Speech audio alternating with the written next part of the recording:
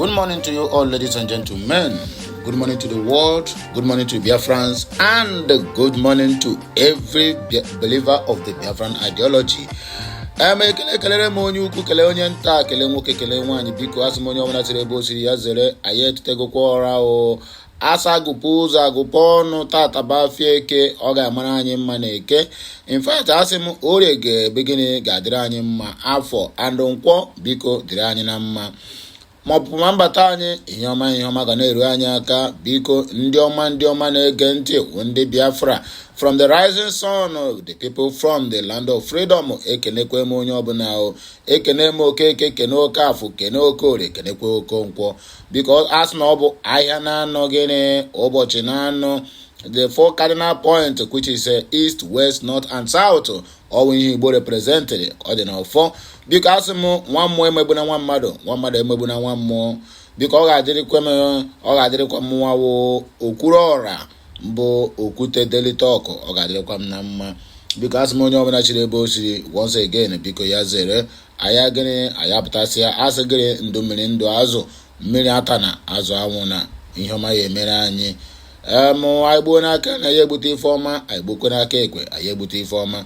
Enwe onye anyị ji nke ya, biko onye ọbụla ji nke ya na-amara ama ya garawa, bikos asị na agwụ enu ha agwụ ibe ya ma ọ gaghị ebu ka otu aka ọ dị na ọ dị n'ọfọ ya wee na-ekwusi o ọ bịara egbu anyị ya egbu onwe ya. Biko onye ọbụla gwụrụ ya ọgwụ dị ajọ ọgwụ ọwụ ife ndị mgbuo igbe ndị mgbuo ji wee bie wee bika nka wee mekwa ife ọbụla bụ ihe nke ha mere wee naba to mother's earth. So my people, I beg, I don't want to waste much of our time. We are going to go to the reason why we are here this morning. In fact, I don't even have time for frivolities. Let us read the news the way it is. Nnamdi Kanu will soon be released, according to Deputy Speaker Benjamin Okalo. This one and a part of the guy where they cash out heavily on this issue of Mazi Nnamdi Kanu, because each time they brought the issue of Mazi Nnamdi Kanu to his table, he will turn it upside down, but come to the general public to tell us another different thing. So if you are looking for who is cashing out heavily on Mazi Nnamdi Kanu's detention, Benjamin Okalo is Mazi Nnamdi Kanu's kinsman, come from the same state, which is Abia State. He is the one that is cashing out heavily. The North are paying him heavily for his shut up. They are paying him heavily to keep his mouth shut over the incarceration of his own brother, his own kinsman, Nnamdi Odogwu Ohamadike, one of Igbo land, Kanu. Anyway, my people, I don't hear them. So if you get this message, just help me share it. But one thing again, I want you to do at the comment section, just write Benjamin Kanu Oga 1 week. In fact, they are Igbo, they are no Igbo. Anyway, where you take understand them, just write it. Deputy Speaker of the Zoo, Benjamin Kanu, got 1 week. In fact, Oga 1 like Oga 1 Koko, because that guy had been dealing with us. Imagine these Igbos, the Biafrans, having a deputy speaker in the house, and his own brother is being detained for complete good 3 years, and all he keep telling us every now and then is that Mazi Nnamdi Kanu will be released. Each time he make that statement, money goes into his account, because what he's telling us is the other way around. He's just twisting the word. No one to tell us the real truth. These are the people who are fighting for Mazi Nnamdi Kanu to remain in perpetual incarceration because of their political gains. In another development, make una see the country where una tell me say e go work. Who say you say e go work? Now, bandits don't demand taxes from farmers, from residents in Zamfara, in Benue, in Niger State, in Nasarawa, in Katsina. Now they don't bring it down to Benue State. Bandits now are demanding 20 million naira levies, taxes monthly from Benue communities. We have government, you. When Biafrans talk, they say we want unity. Which unity? President Ruto withdraws a controversial Kenyan tax bill. And I see, now this is a country where they work. And this is a country that the youth are ready to take over the country by themselves. They impose a one nonsense bill to the people of Kenya, and they say what? That cannot happen. All of them took to the street and take over the parliament. Look at Nigerian youths. They are busy watching BF, looking for sex enhancing tablets and odogubita up and down. That is what they know. Smoking and drinking. Why their so-called old fools are busy regarding them, using their money. There's one headline I saw this morning that the presidency spent 244 million naira just on tires alone in one day. Nigerian youth will not see this. The so-called Nigerian Labour Congress will not see this. Tires, 244 million naira, that is old enough to liberate over 244 million Nigerians. I know we don't have that. Our population is not up to 244 million. But that money is enough to liberate the 133 million Nigerians that in abject poverty, make them to stand on their feet. And they will employ others. Agoana, poverty ana. That is why the whites have keeping them down to remain where they are. Let us read the news, I beg. Make a novice, I beg. Make a forgive me. I beg, make a novice, I don't talk too much, But all course, he didn't know because so if you get this message, like, share, comment, and make sure you subscribe to my channel for more interesting videos coming your way. Deputy Speaker of the House of Representatives, Honorable Benjamin Kano, has expressed optimism that the detained leader of the indigenous people of Biafra, IPOB Nnamdi Kano, will soon be released. Carlo disclosed that he has visited Kano several times. That is, Carlo disclosed he has visited Kano several times at the Department of State Security Service, DSS, according to him. Okute News record that some lawmakers reportedly led by the member representing Ikuano and Omaya South and North Federal Constituency of Abia State on Monday wrote an open letter to the so-called president of the zoo, Bola Ahmed Tinubu, appealing for the release of Kano by invoking Section 174 of the 1999 Constitution as amended and Section 107, subsection 1 of the Administration of Criminal Justice Act of 2015. Speaking on Tuesday, Carlo applauded the lawmakers for throwing their weight behind him on the appeals for Kano's freedom. He stated this via statement he issued in Abuja through his chief press secretary, Livinusu Nwabu Ugo. According to the deputy speaker, there are expectations that the Southeast caucus will also arise in unison soon to support the effort after 3 good years in detention. The lawyers said the release of an IPOB leader was very crucial to the restoration of peace and unity in the Eastern Zone. He said that the milestone has been recorded in his private engagements with authorities on achieving a political solution in Kano's case.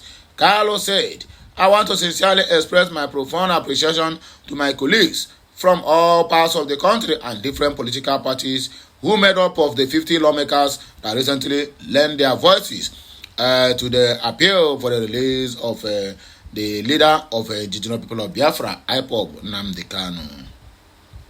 The call signifies oneness of purpose and noble objective, that we are one people and what affects one also affects another.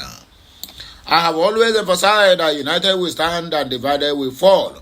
I want to assure them that Bola Ahmed Tinubu is interested in the peace and development of the Southeast and given his genuine love for the zone and appeals so far made. A political solution is imminent in resolving the case of Mazi Nnamdi Kanu.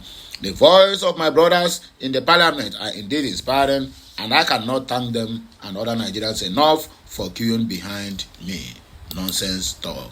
Bandits don't they demand 20 million naira levies tax monthly from Benue communities.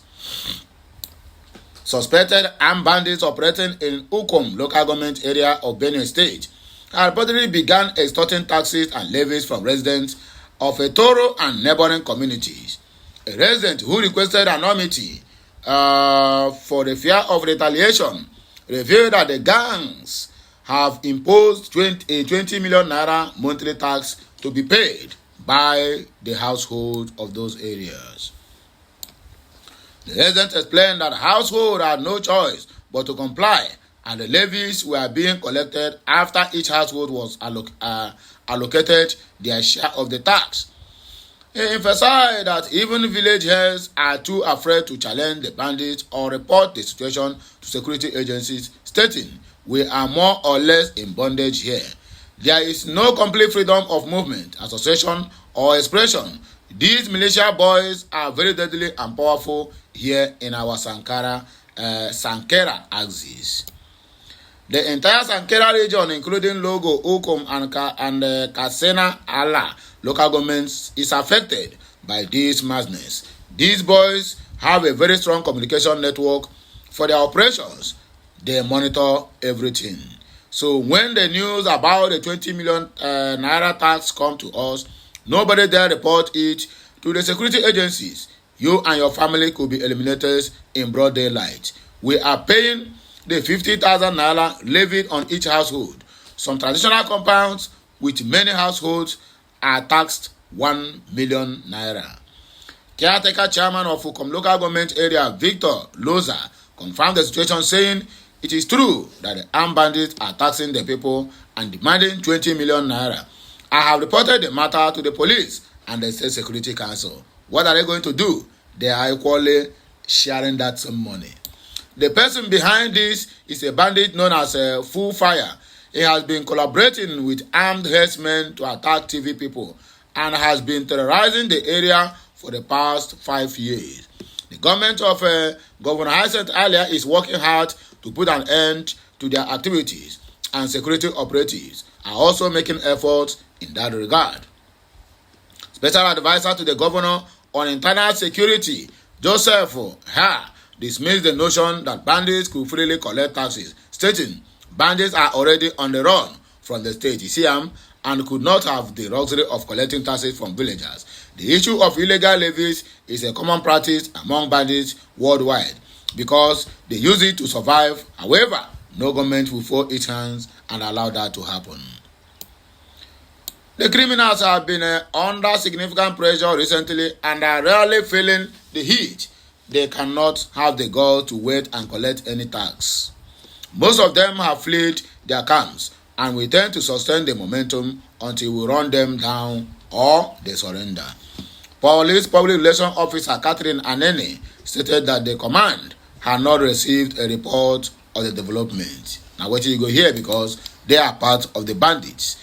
William Ruto withdraws controversial Kenyan tax bill. Now the country where they work, where they listen to their people. President William Ruto of Kenya on Wednesday bowed to his people, refusing to assent to the finance bill which introduced new taxes that the people protested against.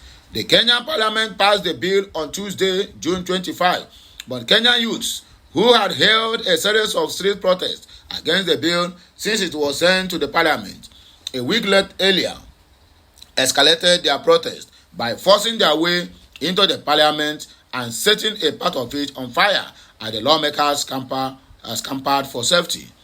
President Ruto, who has the final say about signing the bill or discarding it, chose the letter on Wednesday, saying he was withdrawing the said bill. I concede and therefore I will not sign the 2024 finance bill and it shall subsequently be withdrawn, Ruto said in a televised address. The people have spoken, the president asserted, adding that he will not start a dialogue with Kenyan youths. Ruto refrained from the details of what the dialogue would be, but he hinted that it would include austerity measures that will start with the cost to the expenses of his office. Cost of governance, he still lie on it. The president's capitulation is widely held by many who have followed the week-long protest in the capital city Nairobi and other major centers across the country that had by Tuesday led to the death of at least 7 people. Up to the early hours on Wednesday, the mood in Kenya was that the protest would continue if the presidency decided to go ahead with the tax hike stipulated in the finance bill. William Ruto, 57, has been president of Kenya, an East African country of about 48 million people since September 13 of 2022. So my wonderful people, like this message I carry come for now this morning. And I know say this message is very, very important that you share it. People need to learn. They need to know about what bandit is doing in Benue and also how the Kenya government listens to their own people and also how Benjamin Kano, a kinsman to Mazen Nnamdi Kanu, is being cashing out heavily on the incarceration of Mazen Nnamdi Kanu. All these things are being combined together to give you a resounding memory of what to expect as we proceed today. So have a nice day, and may the Almighty Chukwuka continue to bless each and every one of us. Please do me a favor, make sure that this video goes viral. At least we need to get up to 1,000 shares on this video. We need to, the world need to know what Benjamin Nkalo have been doing to his own people. And I also want to use this medium to say to apologize to my people of Mbise who see me as their enemy because of the comment I made in one of my videos. My dear, I am not an enemy to anybody. I'm just using it as an example. Not that Mbise people are bad. After all, my senior brother is married from Ahia Zumbise. So why must I come out to condemn? And they are living a wonderful well. So my people, you people should not be angry with me. What I did was just a comment. I never said Mbise people are bad. So you people should not take it too personal or take it dear to your heart. So make ona do what? Make ona find a place in our heart. Forgive me if you feel offended by the comment I made that day. I'll be right back, my people. Kemesiano.